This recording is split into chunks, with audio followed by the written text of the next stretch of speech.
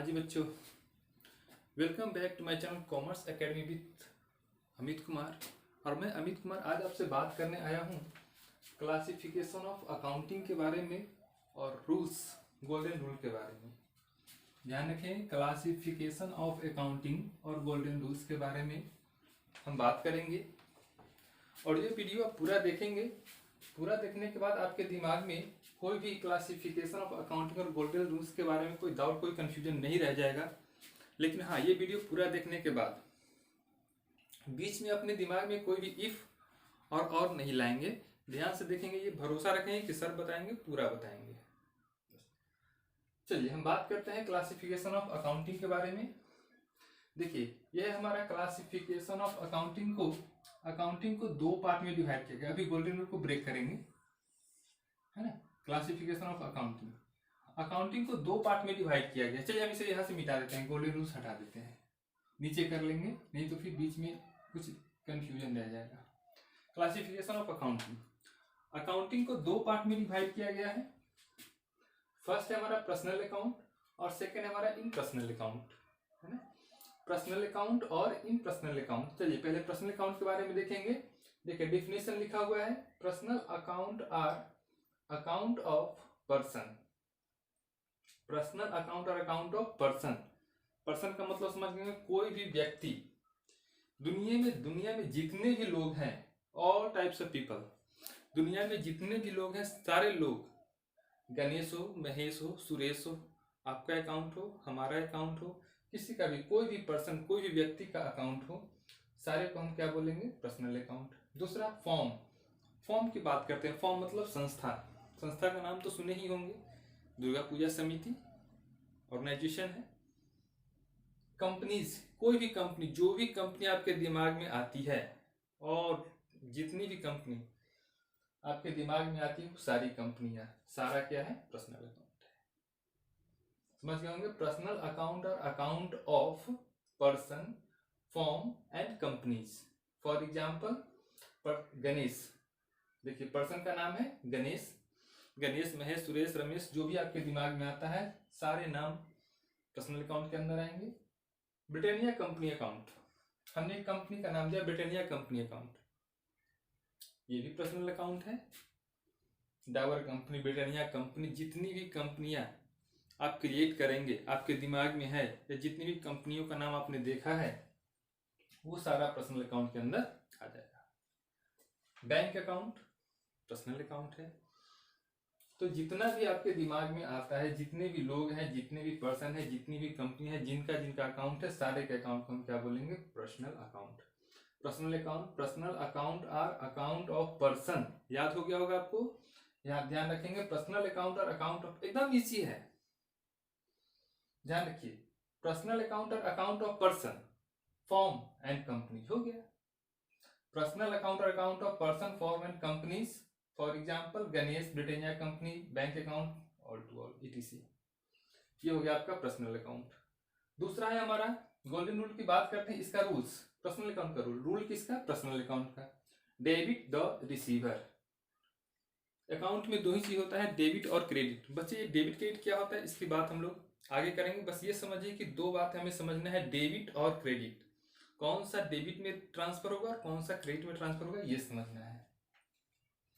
अगर personal account के अंदर रूल है हमारा डेबिट द रिसीवर, जो हम रिसीव करेंगे उसे कहाँ लिखेंगे, डेबिट में लिखेंगे। डेबिट द रिसीवर, जो हम रिसीव करेंगे उसे डेबिट में लिखेंगे। एंड क्रेडिट द गिवर, जो हम पेमेंट करेंगे उसे क्रेडिट में लिखेंगे। जैसे ही आपके दिमाग में अकाउंट्स का बात आता है, जैसे हमारे दिमाग में अकाउंट्स की बात आती है, तो बच्चे ये समझिए कि हम बिजनेस की बात कर रहे हैं।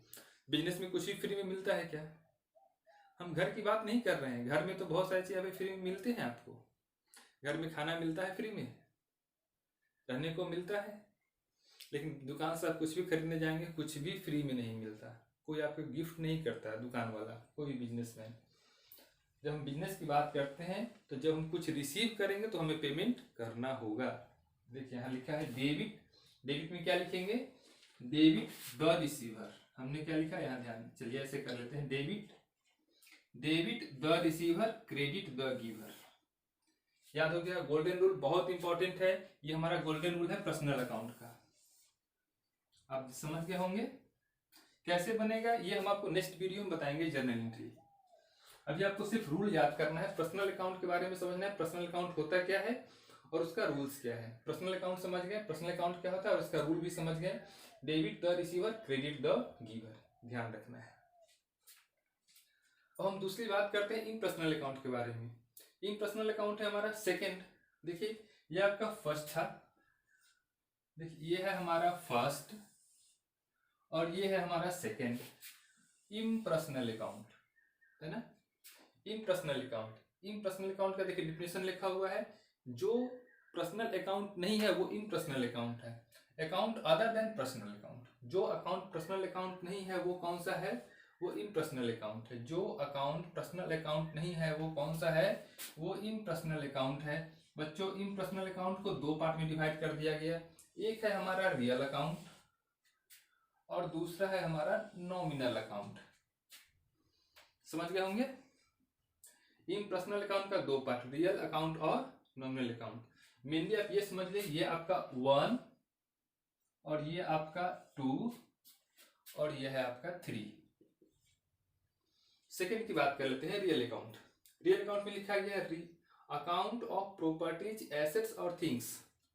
हम बिजनेस की बात कर रहे हैं, अकाउंट्स की बात कर रहे हैं। अकाउंट्स में रियल अकाउंट जितनी भी एसेट्स है, जितना भी एसेट्स आपको दिखाई देता है, एसेट्स, प्रॉपर्टी और थिंग्स, हमारे बिजनेस में जो भी आइटम, चाहे उसकी कीमत 1 रुपए हो या 1 लाख हो, इट्स नॉट मैटर।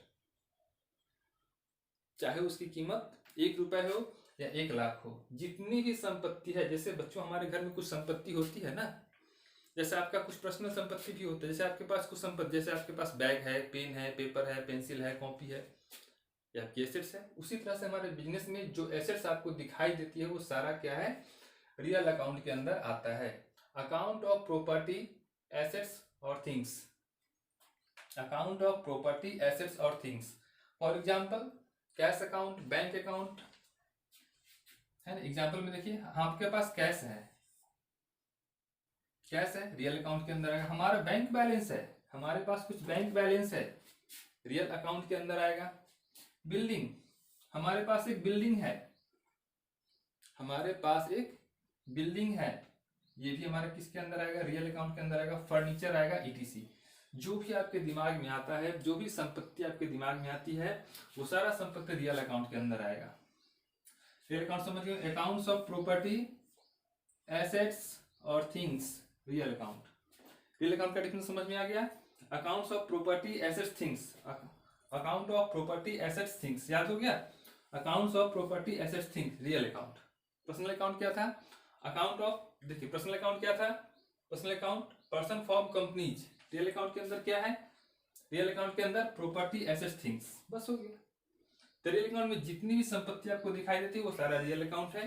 अब हम गोल्डन रूल की बात कर लेते हैं रियल अकाउंट का। तो देखिए ये हमारा गोल्डन रूल है रियल अकाउंट का। इसमें भी रूल्स उसी की तरह मिलता जुलता है, लगभग सेम है। आप ये समझ लीजिए डेबिट और क्रेडिट है ना।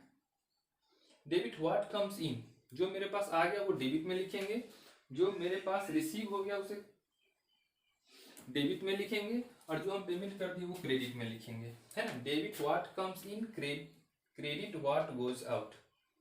Debit what comes in, credit what goes out.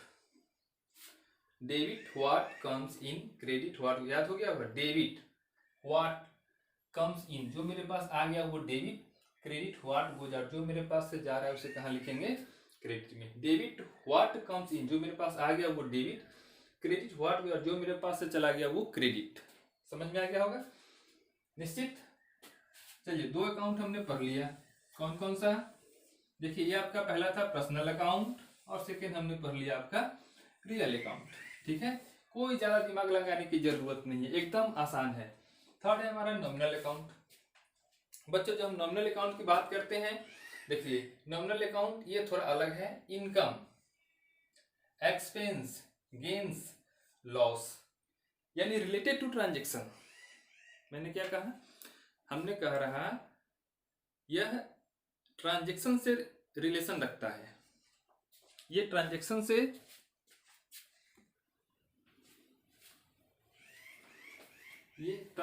से संबंध रखता है। जैसे देखिए अकाउंट ऑफ इनकम, इनकम का मतलब क्या है, जो मेरे पास पैसा रिसीव होता है, रीजन जो भी हो। Account of income, account of expense, पैसा का आना और जाना। एक्सपेंस मतलब क्या, खर्च, जो हम एक्सपेंस करते हैं, खर्च करते हैं। गेन्स, प्रॉफिट, लॉसेस, यानी कि पैसा का आना और जाना, यानी ट्रांजेक्शन, यानी जो भी ट्रांजेक्शन की बात होगी वो सारी ट्रांजेक्शन की बात नॉमिनल अकाउंट के अंदर होगा। जितनी भी ट्रांजेक्शन की बात होगी वो सारी ट्रांजेक्शन की बात नॉमिनल अकाउंट के अंदर होगी। जैसे ये देखिए हमारा नॉमिनल अकाउंट के अंदर होगी। For example wages, for example wages, wages का हम पेमेंट करते हैं, यानी जो मजदूर मेरे यहाँ काम करता है तो उसे पेमेंट करना पड़ता है शाम को, दैट इज कॉल्ड वेजेज।